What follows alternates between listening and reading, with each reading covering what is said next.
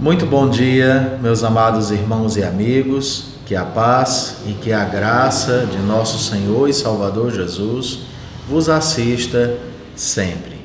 É um prazer mais uma vez podermos estar aqui no canal compartilhando uma porção das Sagradas Escrituras. E o texto que eu escolhi para a nossa devocional dessa manhã está em 1 Timóteo capítulo 3, versículo 1.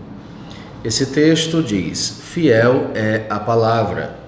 Se alguém aspira ao episcopado, excelente obra almeja.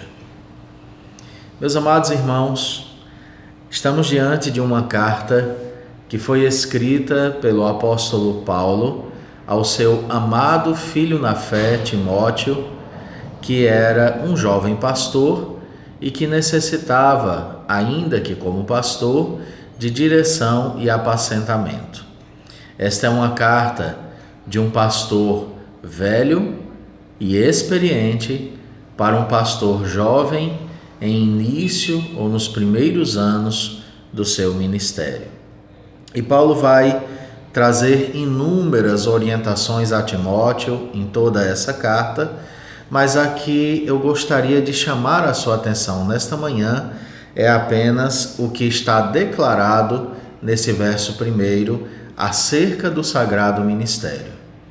E Paulo então chama o sagrado ministério de excelente obra.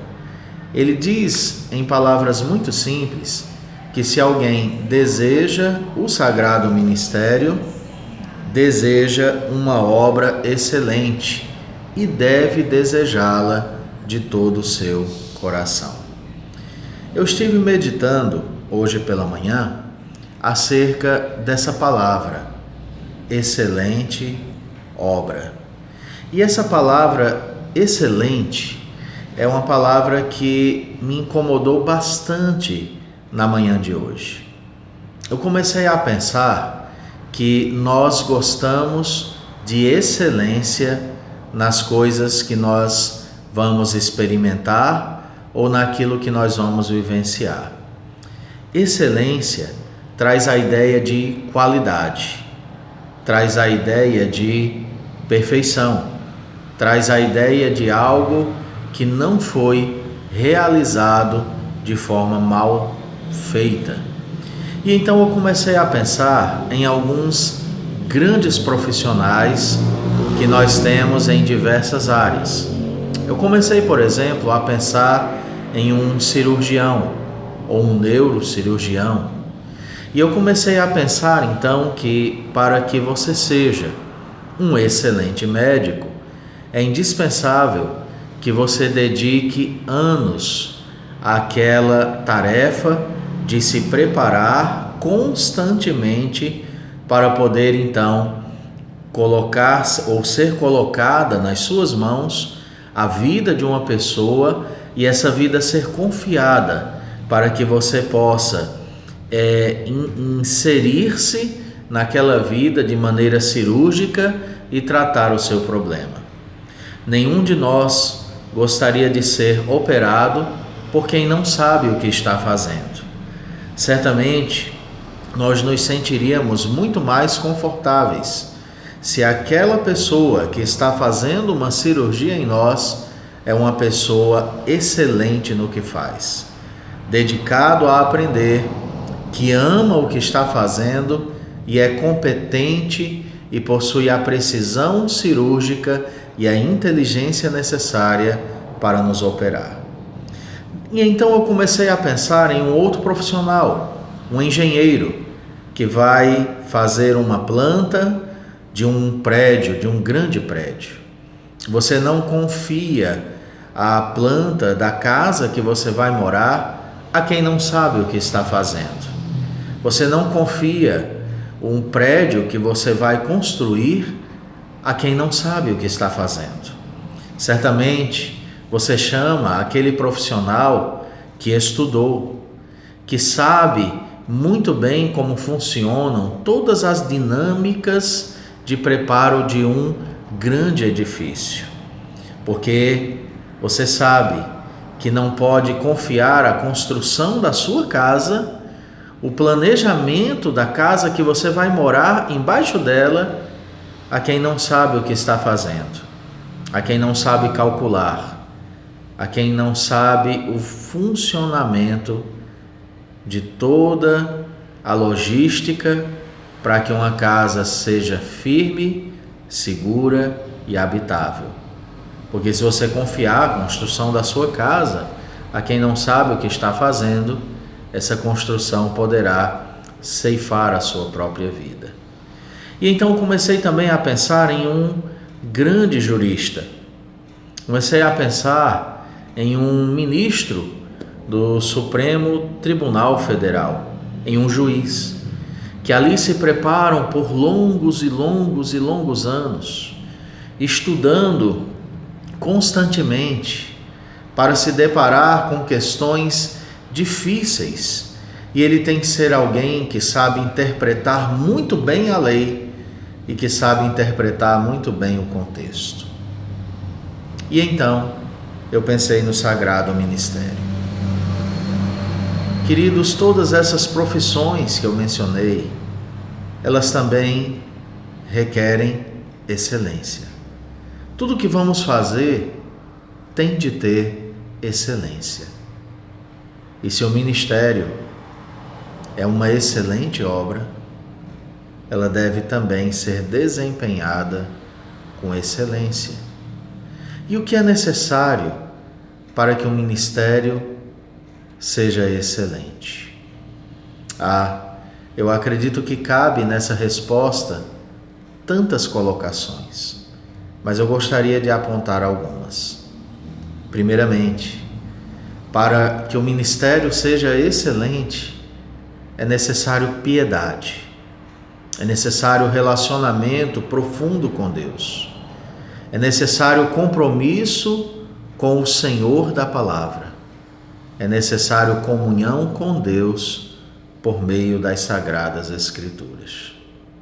É necessário ter um coração transformado, regenerado. É necessário conhecer aquele a quem nós estaremos anunciando e conhecê-lo o melhor que nós pudermos.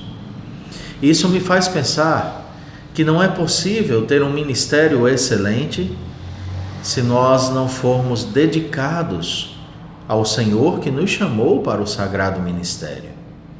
E para que nos dediquemos a Ele, é indispensável que nós tenhamos uma vida de profusa oração, de intensa dependência de Deus e de profunda dedicação ao estudo das Sagradas Escrituras. Quantas horas são dedicadas à leitura da palavra e ao preparo da mensagem vão demonstrar o quão a sério nós levamos o sagrado ministério. E eu sei que uma boa parte de vocês que me assistem, se não a grandiosa maioria, não é de pastores. Embora eu gostaria muito que muitos pastores ouvissem essa mensagem. Mas o que isso tem a ver comigo, pastor Kennedy, que sou membro de igreja? Querido, há um pastor supremo sobre sua vida, que é Jesus. E esse pastor supremo, ele vocacionou pastores auxiliares dele, para estarem servindo a ele e a sua igreja. Portanto, o teu pastor, que vai todos os domingos ao púlpito para anunciar a palavra de Deus, ele foi chamado pelo Senhor para exercer um excelente ministério. E então, o que é necessário que você faça para que o seu pastor exerça cada vez melhor o seu ministério? E aí, eu queria te dar algumas dicas. Você que é ovelha de algum pastor, eu quero lhe dar algumas direções. A primeira, ore pelo seu pastor. Queridos, vocês não sabem a imensa alegria e a grande importância com a qual eu me satisfaço e me traz grande paz saber que há um rebanho que intercede pela minha vida e pelo meu ministério. Nós, pastores, somos falhos e necessitamos profundamente das orações do rebanho. Nossa família precisa das orações do rebanho. Nossa vida precisa de oração. Você tem orado pelo seu pastor? Você tem colocado a vida dele diante de Deus? Você tem clamado para que o Senhor lhe dê sabedoria?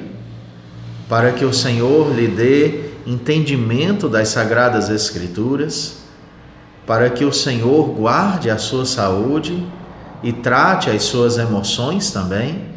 Para que ele esteja sempre bem, lúcido e disposto a cuidar da sua vida? Quando você ora pelo seu pastor, você está investindo na sua própria vida, porque ao orar para ele, ou ao orar por ele, você terá, sem dúvida, um pastor abençoado por Deus. A segunda questão: invista no ministério do seu pastor. Quando possível, lhe dê um bom livro. Quando possível, compre para ele uma obra. Ligue para ele. Diga: pastor, eu quero te dar um livro. Qual o livro que o senhor está precisando? Eu quero te abençoar com esse livro. Invista na biblioteca do seu pastor. Incentive-o a ler. Incentive-o a estudar. Incentive-o a amar as Escrituras, para que ele possa, debruçado na palavra, diante de Deus, chegar no domingo e trazer com fidelidade o recado de Deus para a sua vida. Terceira coisa que você pode fazer: coopere na obra de Deus. Faça o que você puder fazer como ovelha do Senhor, como rebanho de Cristo. Se envolva nas atividades da igreja. Dessobrecarregue o seu pastor, para que ele possa ter mais tempo para o que é essencial ao sagrado ministério: a pregação, a visitação, o aconselhamento e a oração pelo rebanho. Essas marcas são indispensáveis, são marcas estruturais do ministério. Assuma responsabilidades para que o teu pastor exerça bem a responsabilidade dele. Antes de você pensar que esse vídeo se trata de um desabafo, quero te dizer que não é. Eu me sinto muito querido, muito amado pela igreja a qual eu pastoreio. E desejo exercer com excelência o ministério. E preciso muito das orações constantes do rebanho e sou grato, porque tenho um rebanho que ora por mim. Mas, de fato, a minha intenção com a devocional dessa manhã é estimular você a zelar pelo seu pastor. Aquelas ovelhas que têm zelado tanto pela minha vida, têm tornado o ministério pastoral menos árduo e mais feliz. E eu tenho certeza que o teu pastor precisa ser amado por você. Como é bom ser amado. Eu me sinto amado. Ame o seu pastor. Zele por ele. Invista nele. Presenteie com bons livros. Ore pela vida dele. Desobrecarregue para que ele tenha tempo de orar e estudar a palavra de Deus. Porque para isso é que ele foi chamado. Que Deus te abençoe. Senhor, muito obrigado por essa reflexão dessa manhã. Um pouco mais extensa, reconheço. Mas talvez tantas ovelhas que me assistem agora precisavam desta palavra para cuidarem daqueles que cuidam delas. Abençoa a tua igreja como um todo. Visita meus amados colegas de ministério e os auxilie com a tua maravilhosa graça, como tens feito até aqui. Assim eu oro com alegria, em nome de Jesus. Amém. Que Deus te abençoe e te guarde e te proteja. E muito obrigado pela sua atenção.